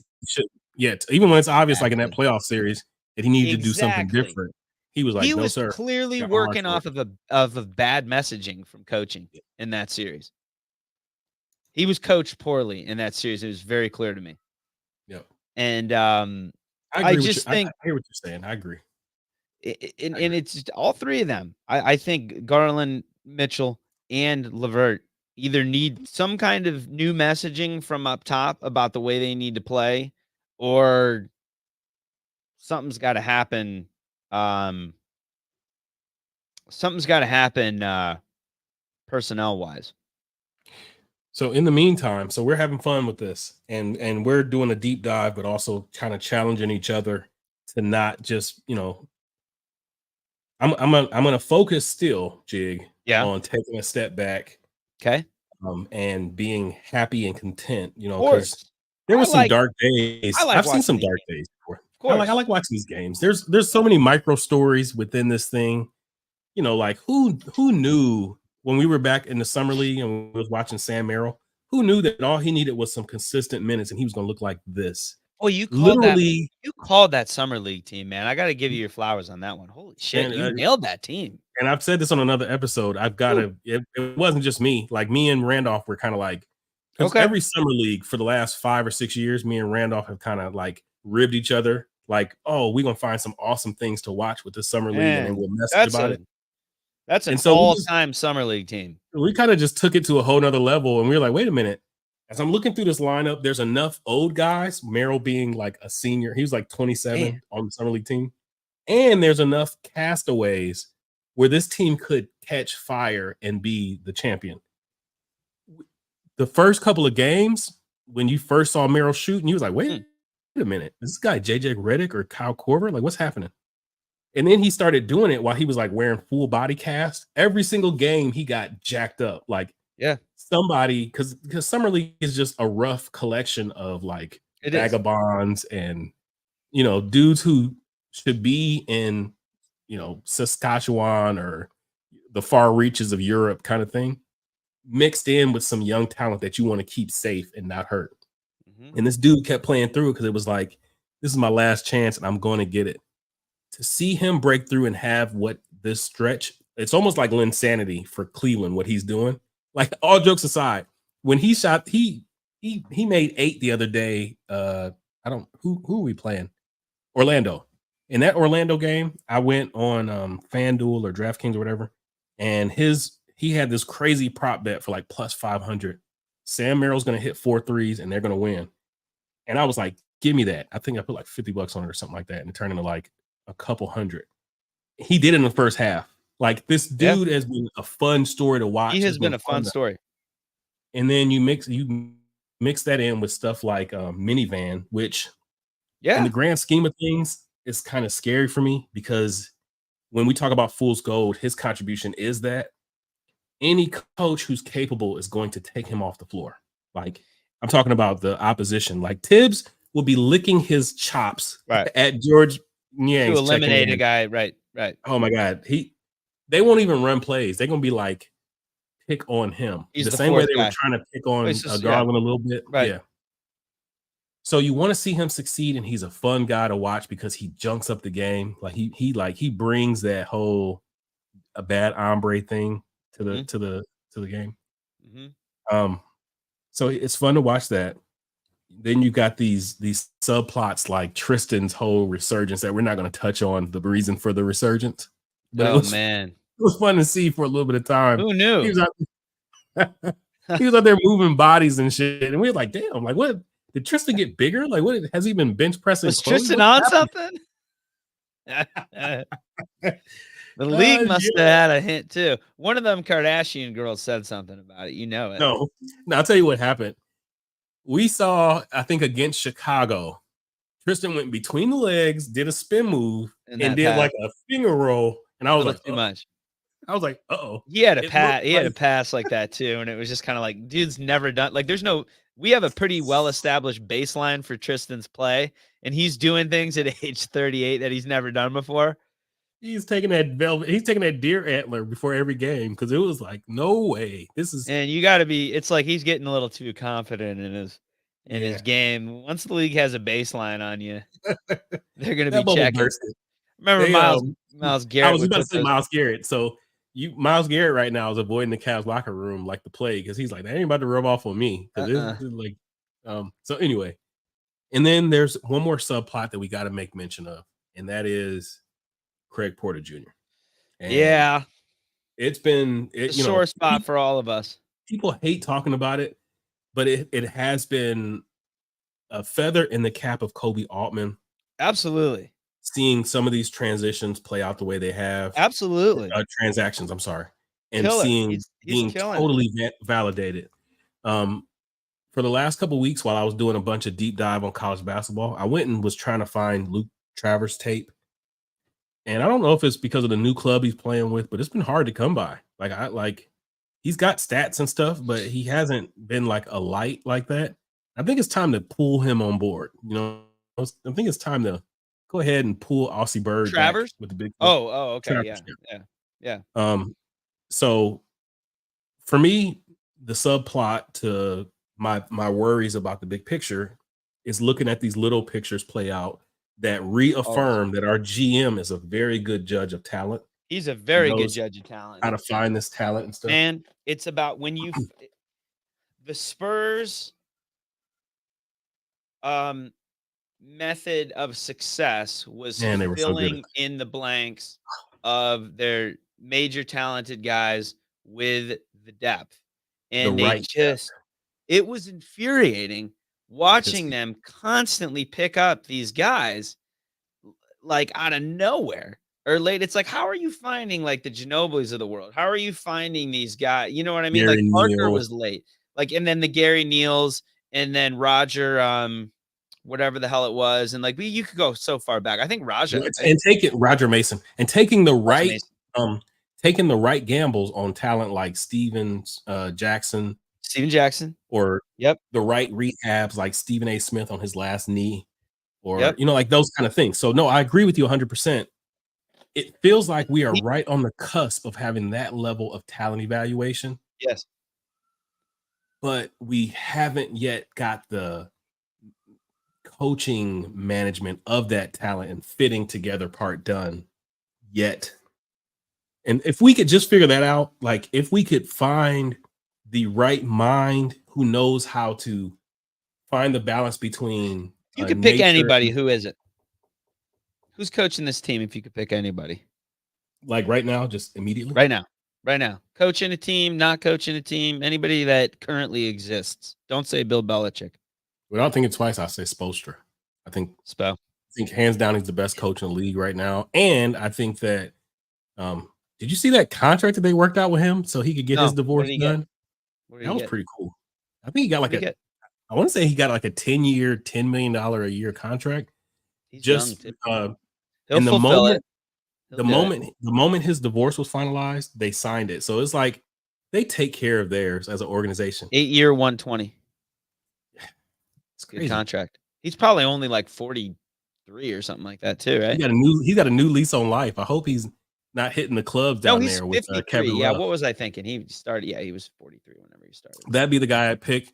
The next guy after that, without thinking twice, without even looking, Jordy. And you want Jordy, huh? I really want Jordy. And I'm talking about. So he'd be realistic for them, wouldn't he?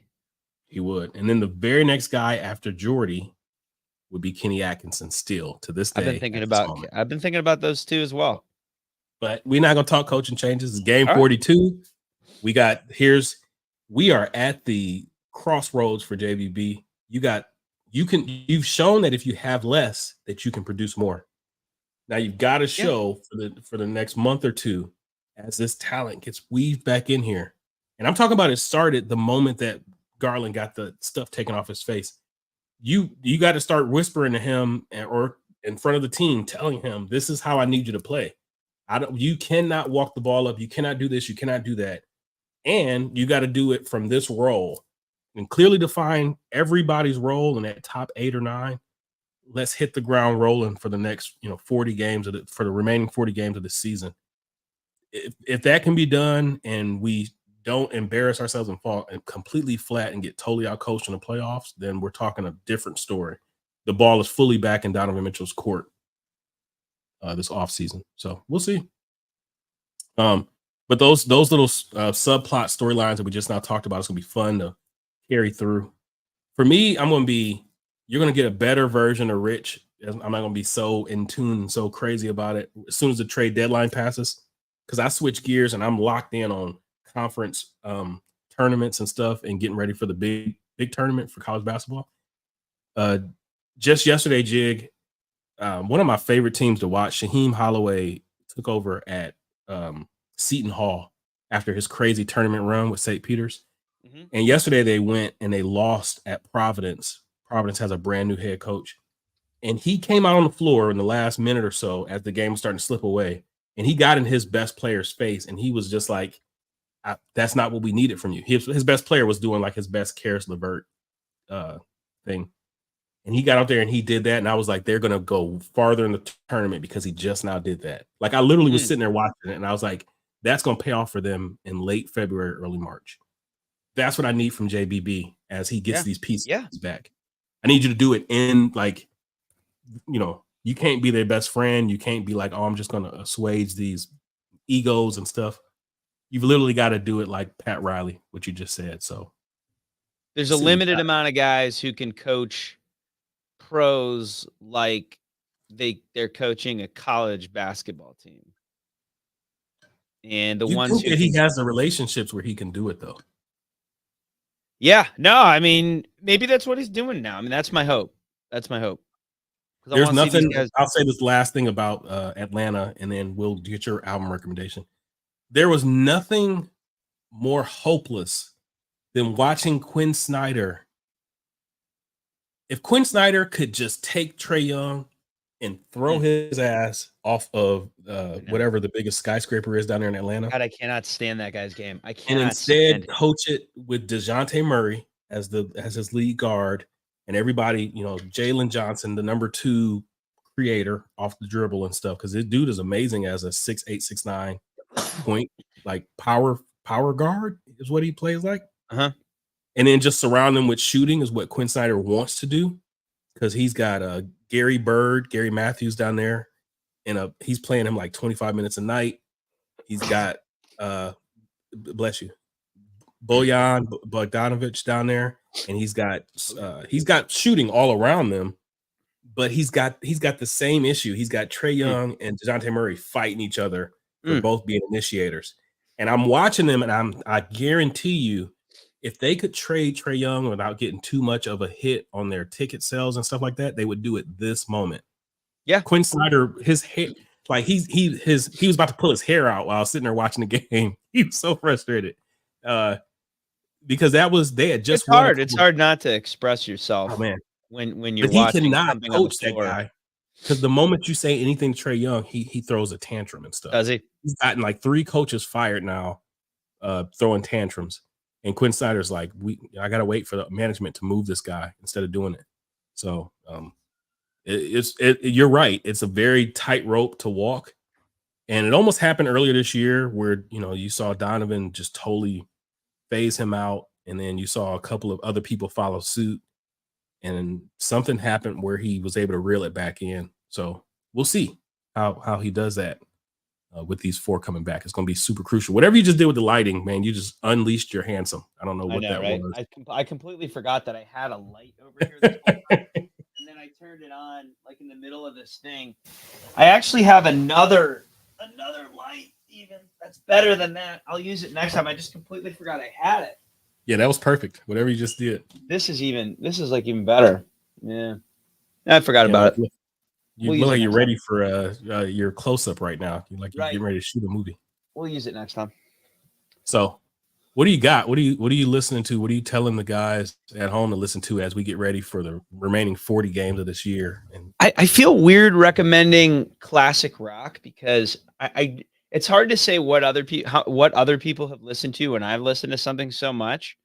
The first type of music I listened to as a kid was classic rock because it's what my parents listened to when I was little. Like it's all I heard in the car. What are we calling classic rock? I'm sorry. What am I calling classic rock? You don't have to give me your recommendation. No. That's a great question. People in that. Great question. Classic rock, by definition, is music from the 60s and 70s. Rock and roll music from the 60s and 70s. All right. So like guitars, drums, strong lead singer. Yeah. That's classic rock. Confirmed. But it would also incorporate the key players in classic rock. The monsters would be Rolling Stones, Led Zeppelin, The Doors, Jimi Hendrix, like Janis Joplin, and then like those would be. I'm sure I said Rolling Stones, right? The Beatles. Those are the tops, right? And then you got everybody kind of following down. That's classic rock. And in there, I named one of the first classic rock bands that I was exposed to as a kid, The Doors, right? But here's the thing. Like, I don't know how much other people have heard of bands like this, so I feel weird recommending them because I'm like, am I recommending somebody that somebody else listened to like constantly when they were a kid? Did you listen to them at all? I did not. No. Good. All right. Good. I listened to them at my record store a little bit. And I learned the Jim Morrison story, but no, I did not listen to The Doors. Well, good. Maybe some. And I don't. The other thing is I'm like, some people think he's like a pretentious weirdo, which would be true, to an extent. But they happen to make some really great, unique music. And here's what I like about him. Here's what I'd recommend him. My album recommendation is LA Woman. Okay. And here's why that's my recommendation. I think when classic rock or rock was at its best was when it was um, stripped down and super influenced by the blues. Okay. I think that's when rock in its early stages was really great because you could hear the newness of that electric guitar and the great drums, but you could still hear that early influence of the blues, right? Because that's what was great. That's what would have been exciting at the times. Okay. Yes, sir. And The Doors, the first album that they made, their entree into the rock world was very blues inspired. Like they had actual blues songs on it. And then they did this thing where I think they let Jim Morrison kind of lead them along by the balls. And because he's a very powerful influence, and he took them kind of down this like weird, like poetry kind of rabbit hole, and they got like weird for a while. Right. And people loved it because he's just good looking, like super powerful influence. And the chicks loved him. And so for a while, they kind of were doing this like very like kind of wild orchestral mix of things. Um, and they really were only active from I think like 68 to 71 before Yeah. he died at age 27, right? Yep.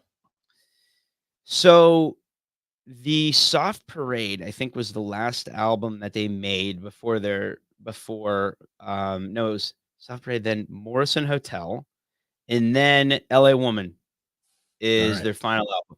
Okay. And the 2 albums before that, were just weird, and they were very guided by him before. In LA Woman, they go back to this blues, oriented sound, right? And if you know Right. the song LA Woman, then you know it starts off with that car driving down the highway, and then he's just, like, barking orders, basically, and it's just super bluesy and hard, and it just grabs you, and it's just super fun to sing along with. Right.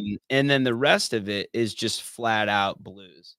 And until you get to Riders on the Storm, which is like this super chill, fun, almost like experimental sounding song.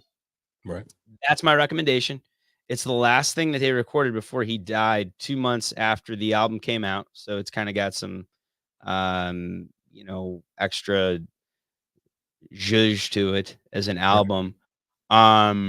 But that's my recommendation. I love that it's bluesy. I love that it's got what was great about early classic rock to it. My favorite songs off of that album, in order would go LA Woman, then Riders on the Storm, and then I would say I'd go with probably Hyacinth House, which has got a really cool feel to it. And then Okay. everything else, it's my daughter. That's got that super cool bluesy feel. It's kind of a tie. I mean, it's great. Okay. So, That's um, awesome, man.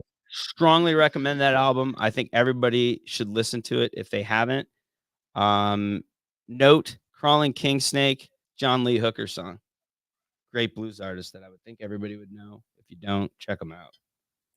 That's pretty dope, man. I appreciate that, and I'm actually, um, so I did. So one of the things is I did have some pretty arrogant rock heads that worked at my record Always, store.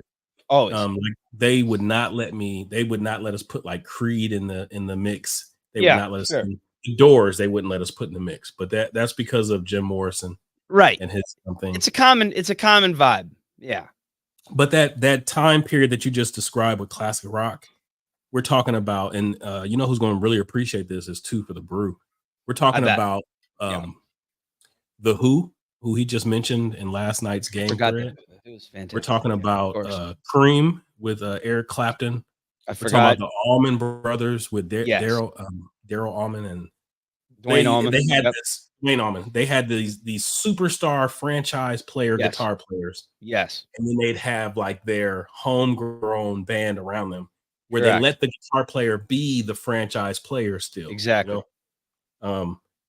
So that's pretty awesome. And that's pretty dope at that time period of time. And you're right. All of them had their blues influence where they're like, look, we just took this from Muddy Waters or Howlin' Wolf Exactly. or, like those guys. And we put our own little thing on this and just made it a little folksy, gave it a little, we took what was simplicity of like a 4-bar. We made it into this 8-bar with a 4-bar, Yep. like a little jam thing where I can really show you how That's sophisticated cream right there. Now you're talking cream right there. Yep. Big time. Yeah. So that's pretty awesome. That's classic rock. And I've got to do some Doors deep dive. And there's a movie for him, right? The Doors. Yeah. The Doors. Is that Val? Yeah, Val Kilmer was unbelievable in that movie. Yeah. Okay. Every time I think of the Doors and I think of that period of time, there was a lot of that music that was mixed into Forrest Gump. Yes, definitely. They used a lot of that for the Break soundtrack. on Through, and the soundtrack was so awesome. Yeah. That soundtrack was so awesome.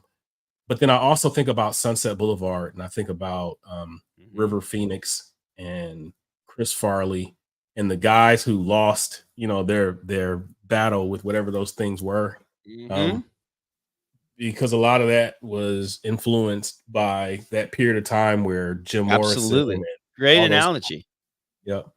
So that's what my brain does. And I guess I got to dig into some Doors here. I think you will not come away unhappy if you listen to that album and then the first Doors album. Because if you like blues, I mean, it's people coming away with some blues.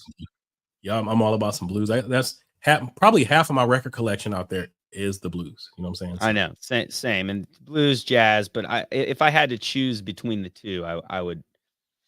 I'd say most days lean I'd go more towards blues. It's easier. It's a little less effort, and you feel it. They hit you. Jazz, you got to study a little bit. You got to work a little bit with the jazz. You got to do a little bit of work. All right. So here we are, 42 games in, and we're at a crossroads from a standpoint of here comes some more of that overlap. How are we going to navigate it as we get ready? And the schedule, is the schedule easy all the way out? Because I feel like we're about to have some challenges moving forward. I'll tell you what we're looking at with the schedule. All right. So here's what we got coming up. We just played the Bucks. Are we seriously going back to back with the Bucks? Yes. Yeah. Bucks. Which is going to be a good test because that's going to be a big test. So we got Bucks. Playoff thing. We got Clips at home, Pistons, Grizz, Spurs, Kings, Wizards, Nets, Raps, Sixers. We got a little bit of Sixers twice. We got the Mavs again. We got the Knicks. It's a mix, man. Yeah. Celtics. I think we got like a 10 game stretch here. I'm looking at the schedule: Milwaukee, LA, and then Milwaukee, LA, and Sacramento are the only ones in the next 10 games where I'm like, oh no. Yeah. Up until Philadelphia. Oh, you just meant the next 10. Well, no. We're gonna be recording every week now, but on the horizon right now for the next 10, as we make some more transitions and we gear up for trade deadline and All-Star break. Things will be interesting. The All-Star break is that mid-February, if I'm not mistaken. So we've got Milwaukee, LA, and then Sacramento, and the rest of them are fodder up until Philadelphia on the 12th. So I want to comment that on March 8th, I will be in Cleveland watching the Timberwolves play the Cavaliers. Okay. And then on the 9th, in between that Wolves and Nets game, my son Luke will be at the Cavaliers practice facility at a one-day camp. That's pretty awesome. I'm super excited. Congrats to you on that, man. And then that's springtime in Cleveland if we don't have a too late winter. So it should give you a little better, for travel and stuff. I'm hoping so. I'm really looking forward to that. That'll be fun. That's what it's all about. I'll be at the game on March 6th in Atlanta. Oh, you will? So, okay. Yeah. By that point in time, we should have a pretty clear picture. The deadlines will be gone. We should have a pretty set rotation, and we'll start gearing up for the second season at that point in time. What's the 9th? What is March 9th? Can we do a show on the 9th about our The 9th is a Saturday, so it's right in between there. So the 10th, maybe the 10th, 11th, we'll have to do a show on our experiences right after. Yeah, because it'll be right after. I'll be in Atlanta for that game, and then you'll be in between. That's pretty cool. All right, brother. That'd be good. Let's do that Monday. Well, you ready to roll? I don't think we doused out anybody's excitement and stuff. I think that we started this year off with something exciting. We did our Skip and Shannon impersonation. Yep. What we keep finding out is that we don't disagree too much. I try to disagree with you more. It's hard. I try to beef with you. That both of us are more optimistic than we give each other credit for. Yes. Like even me, I'm sitting here and I'm like, all he's got to do is just navigate this, and we'll see what happens come playoffs again. I can't help but do it. So hard to get through life if you're too pessimistic. You know what I mean? Yeah, it's hard to enjoy things if you stay too pessimistic. But you gotta. Yeah, same here. Yeah, I'll throw some caution in the wind like I always do, but ultimately I'm sitting there just like you guys are, and I'm like, come on, let's figure this out. Like let's pull through. Like make it work. I like the take that we want to be optimistic, but you got to have the stops in there of like, here's some potential solutions, and if they don't work out, it'd be really nice to get this coach in there. Yeah. There's always ways to work it out. Look, the reality is, final comments. I'm gonna make this super quick. There was my dad's Cavs that I remember watching as a kid. Man, they became my Cavs. I remember that first stretch with LeBron. Okay, I remember it happened. And I remember thinking to myself, it was like when they got Mo Williams, when they really caught on in my mind. And I remember thinking, man, I'm lucky to have a team like this to be able to watch. It just stuck out of my mind. I remember sitting there. I was like watching a box score, I think it was that night. And I'd been watching a bunch of wins like right in a row. And I remember thinking to myself, I was like, now I get it. Now I get what it's like to have a contending team with a great player. And I thought to myself in that moment, I was like, I will never not appreciate having a winning team, regardless of how this season turns out. So I always default to that, even when I know that this team isn't going to win a championship. I'll always go back to like just that moment. I was in college. I was sitting there. I remember it. And so that's the way I'm always kind of approaching it, where it's just like, it's just fun to have a team that's got a lot of talent and they're winning games, even if I'm driven a little bit crazy seeing all the things that could be going better. That's my last comment. My last comment on that, just to compliment yours, but I also give my own spin to it.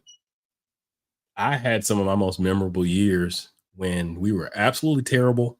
Sure. But the hope and the promise of actually being great is what drove me. Like I like that. Probably the year I went to the most games, I saw, Ricky Davis, Darius Miles, Jermaine Jones, like the one thing that I learned when I really, really fell in love with the Cavs, because I really, really fell in love with the Lenny Wilkins teams that just got capped by Michael Jordan's greatness. Yeah, right. And then what I watched next with the Fratello teams, I was like, I don't ever want to be in this position again.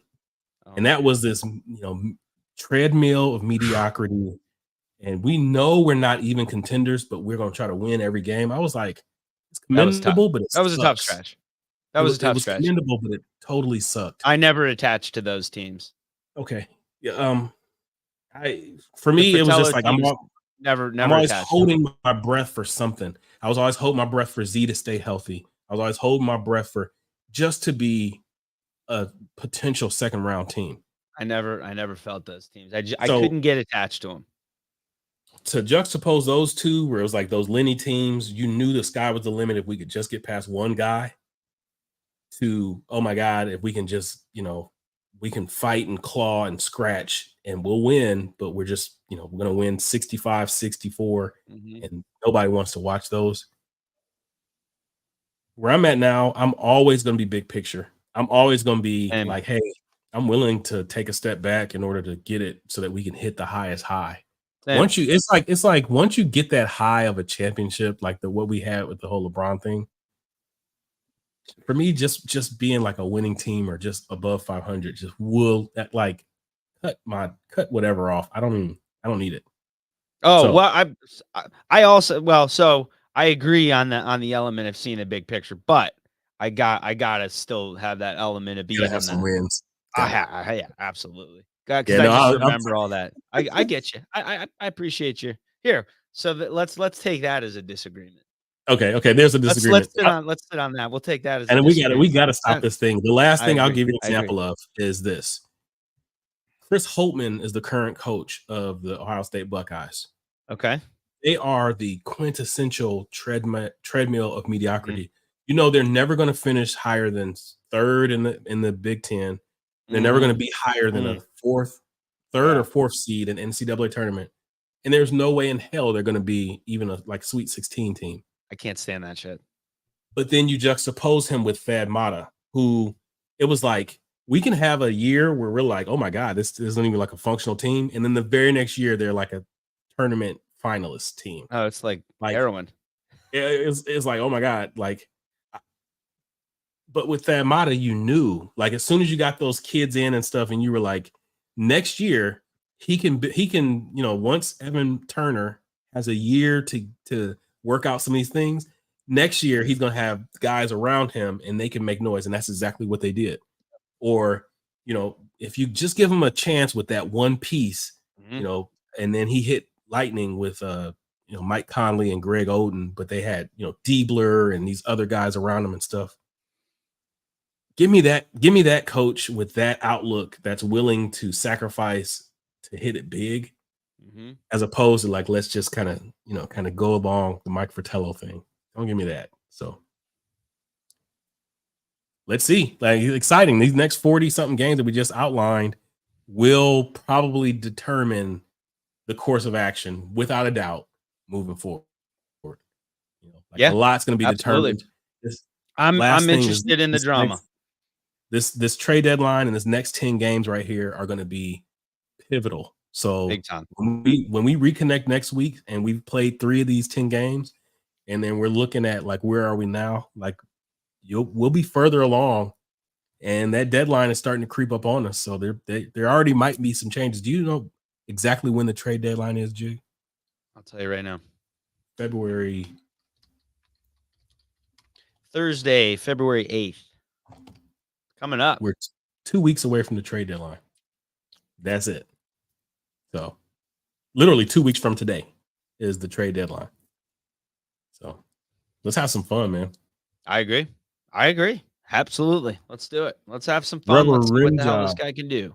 Man, Rubber Rim Job season 3, episode 10, Halfway House. Signing off, man. Signing off. That was fun. You can tell we hadn't talked in a while.